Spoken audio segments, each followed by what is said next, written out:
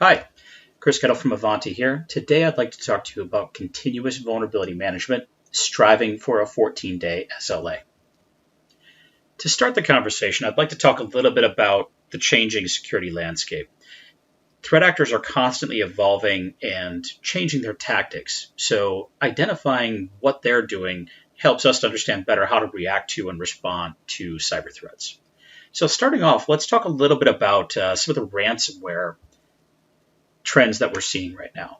If you look at ransoms paid in 2019, the average ransom went from just shy of $7,000 in 2018 up to nearly 84,000, a little over 84,000 in 2019. That was a 1,150% increase year over year in the ransoms paid. Q1 2020 saw a drastic increase once again, so yet another 33% increase over the end of 2019 ransom average was increased again in Q1 2020. This now has brought up the ransoms paid up to $111,000 on average. This can be directly attributed to tactics of threat actors and how they've increased the amount of pain, therefore increasing the amount they can request for a ransom. So this is because they're now doing a ransomware attack plus a data exfiltration. The expected result then is they not only have one lever on you, which is ransoming all your devices and preventing you from using those. And if you don't have a good backup and recovery process, you don't have the ability to recover your systems, but also the fact that they've now stolen a copy of your data as well. So if you fix one problem, you still have to deal with the fact that they could go public with or sell your data as well. So they're extorting that higher ransom. If we also look at typical vulnerability trends, these statistics are taken from two different reports. The first two are taken from a report from the RAND Institute. The average life expectancy for a vulnerability exploit is about 7 years. That means once exploited, threat actors are going to continue to use an exploit of a vulnerability for many years to come. So this means we have to be diligent about what vulnerabilities are being maintained in our environment, not just with the view of what's just come out recently. The other stat from the RAND Institute is the 22 days median time to develop a functional exploit. That means from release of an update, a threat actor can take about 22 days on average to be able to develop a functional exploit. So within 22 days from a release, they get a functional exploit and they continue to use that effectively against us for up to 7 years. This basically portrays kind of a significant challenge in the vulnerability space, which is the fact that we have a difficult time managing vulnerabilities. Not only do we have to move very quickly to plug them before threat actors start using them, but we also have the fact that the average vulnerability is being continually reused by threat actors for a very long period of time. Now, most exploits are going to occur within the first 14 to 28 days of release of a patch. This statistic came from the Verizon Data Breach Investigations Report in 2016. So this is showing, again, how quickly threat actors move. They're oftentimes going to have created several functional exploits within that 14 to 28 day time frame. By the time it gets out to 60 days, that percentage goes up to 90%. So the majority of exploits that are going to be created happen very quickly, and then they'll continue to use those against us for several years to come. That means that there's a lot of holes in our vulnerability management program. All right, so let's talk about some of the challenges to vulnerability management. Threat actors are out there. The ransomware attacks are getting more painful for us, but not necessarily changing the tactics happening under the hood. Threat actors are still exploiting a vulnerability, spreading themselves out. They may be doing a combination of phishing attacks or brute force attacks of other types as well in combination there, compromising credentials, using those against us. But a significant portion of what they're doing to move about our environment still involves exploit of vulnerabilities at several levels in the process. So let's talk about that vulnerability management process. This is actually taken from a Gartner report that was put out talking about the vulnerability lifecycle. Now, the way that Gartner portrayed this, they were trying to break down different stages in the process. What they actually ended up doing was actually predicting where the pain points also are in this process. the process overall is fairly fragmented and looks very much like this as well. So the security team is going to go in and run assessments using a vulnerability management solution. There's going to be some level of prioritization. Some vulnerability management solutions have built-in prioritization. Other situations, you might be using a SIM or a threat intelligence platform to aggregate a number of different security metrics or pieces of metadata and prioritizing in some other stack. When you want to get to the point where you need to take action, remediation typically comes in the form of software deployments, updates to patches to the environment. Mitigation may also be things like registry changes or config changes. So this is the operations team, and this is typically endpoint management and patch management solutions that are delivering this stage.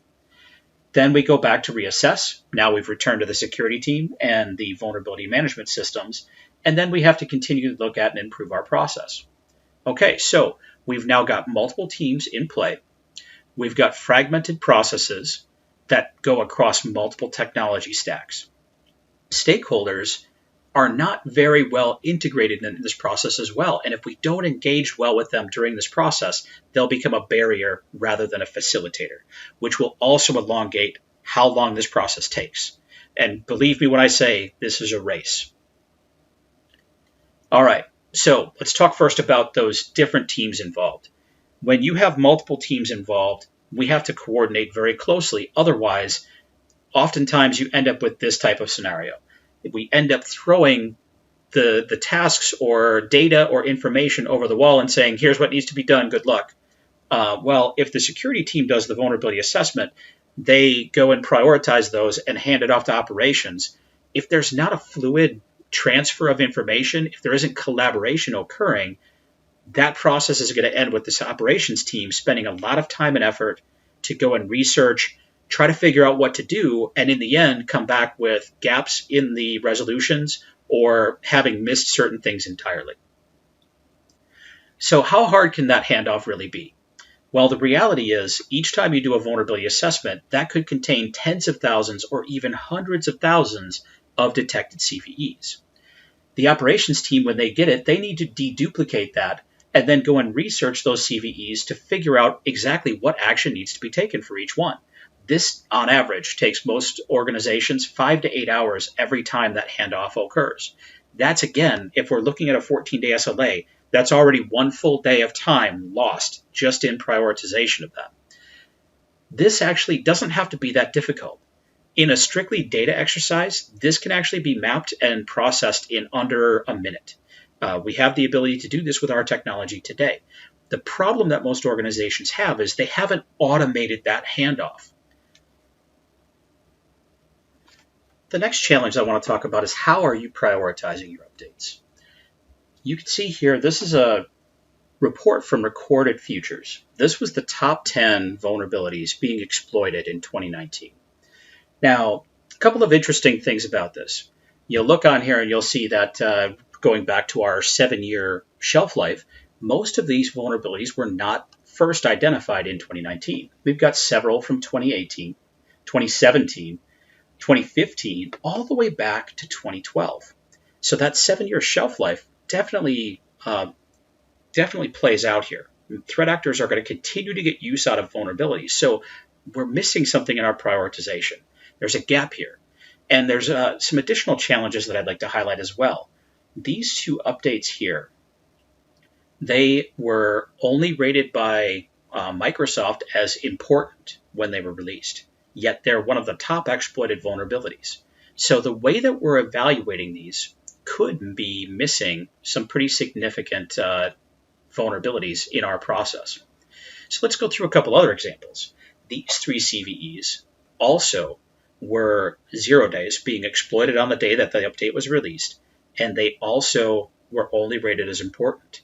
The CVSS score, if you're on the security side, that CVSS base score is trying to give a risk level to those.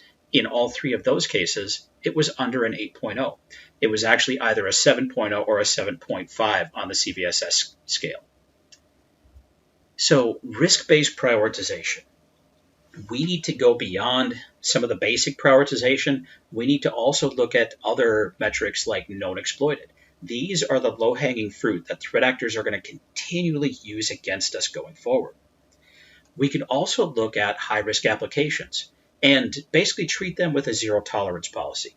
If you look on here, there's a pretty solid set of products that are being represented. We've got Internet Explorer, we've got Office, and Flash Player. Yeah, that's on its way out, but it's still hanging around. So come December, you really want that out of your environment because it's still one of the top exploited vulnerability or applications out there. So that type of analysis can help us point out some areas. If you have exceptions, a lot of times a vulnerability is still existing in your environment because an exception was made. Review those exceptions. Revisit those exceptions. Those exceptions could be the door that's being held open for a threat actor to keep using an active exploit against you for 7+ years. And then end-of-life applications. Many of these applications, a lot of times when an end of life comes around, we're all dealing with this right now with Windows 7, Server 2008. Reportedly, there are as many as 25% of Windows desktops and laptops are still running Windows 7. It's a pretty significant number considering we're all the way into the latter part of 2020, and the end of life has been going on since January. So prioritization, reevaluate how you're prioritizing. Expanding out. So we've talked about prioritization. We talked about the processes of approvals and testing and things like that also need to be evaluated. These are the other things that can bottleneck in your environment. How are you evaluating and including people into your test groups? Engage with your business line owners. Find their subject matter experts. Engage them in your pilot groups. A lot of the reasons why your system owners or application owners or business line owners become a barrier to updates is because updates break your environment. If you engage with those SMEs from each of those groups, if they're in your pilot group and you're able to start updating them immediately, you can engage with them, find out if there's issues, get those issues resolved, and deploy to the rest of the group with very minimal impact. And by doing so, you get those stakeholders engaged in the process instead of becoming that barrier to say, no, you can't patch my systems this month. We're in the middle of whatever cycle they're in. No, you got to do it in a different window. All the things that typically start to push back and become delays, which end up make us miss that 14-day SLA. Look for ways to identify those bottlenecks, automate them, work through them with process, include your service management process in the overall process. You can automate a lot of this by engaging the right way with these different pieces. So how do we achieve that 14-day SLA? One thing we need to do is we need to focus on a solid security framework. At Ivanti, we focus a lot of attention around the CIS top 5. Mitigation or elimination of 85% of modern cyber threats can be achieved by doing the CIS top 5 effectively. Think of this as your basic cyber hygiene. In fact, that's how they describe the first 6 controls actually in their environment. But this basic cyber hygiene helps us to eliminate the majority of the ways that threat actors are coming at us. The first 2 controls, 1 and 2 there, inventory of authorized and unauthorized devices, inventory of authorized and unauthorized software. This is discovery and asset management. Actually, underneath number 2 there, also you have application control, the allow block list. If I've got a way to authorize only approved software in my environment, I all of a sudden remove several tricks from threat actors' bags. Most malware will not be able to run. Most of tools that they're going to use against us are going to be taken out of their tool bag. Continuous vulnerability assessment and remediation. These are put in order of priority. Number 1 is your top priority. Each one of these becomes more effective if you've done the one before it well. Number 3 on the list is the vulnerability management. Now, that doesn't mean it's less important than 1 or 2, but what 1 and 2 deliver is I know what's in my environment. I know what's running on the systems in my environment. Now I can identify vulnerabilities and secure it. If I haven't done 1 and 2, 3 will ultimately start with failure as the ultimate end because I don't know everything about my environment. So once I get those 3 stages, I need to continuously monitor and reevaluate and resolve those vulnerabilities as they come up.